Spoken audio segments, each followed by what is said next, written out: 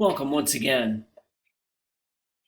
As we approach the end of the year 2020, I want to spend the next 3 days asking us to spend some time in quiet reflection. I'm going to keep my words down to a minimum.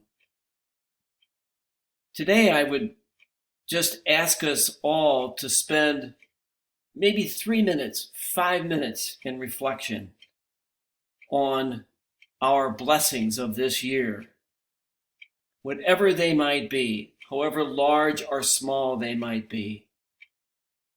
I would ask that we just spend some time in meditation thinking about God's blessings to us in the year 2020 and to give thanks to the Lord for those blessings.